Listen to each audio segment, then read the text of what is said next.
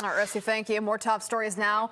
The man arrested in the death of Durkea Morrell will have his preliminary hearing in court today. Trinell Woodruff is accused of shooting Morrell at Levi Carter Park back in October. Well, 3 passengers in the traffic stop involving boxing champ Terrence Bud Crawford have filed a lawsuit against Omaha police. The suit accuses officers of violating the plaintiff's constitutional rights.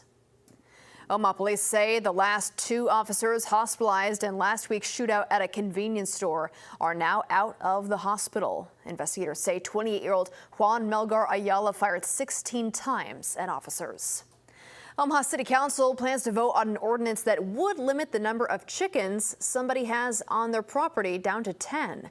The Douglas County Health Department would also be able to limit that number even further. Also today, the Nebraska Public Service Commission set to vote on a rate increase for Black Hills Energy customers.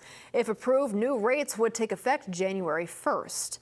You just saw our Stuff the Truck food and toy drive is underway right now. You can drop off your donations at 4 Methodist locations throughout the entire metro. Hoping to see you there.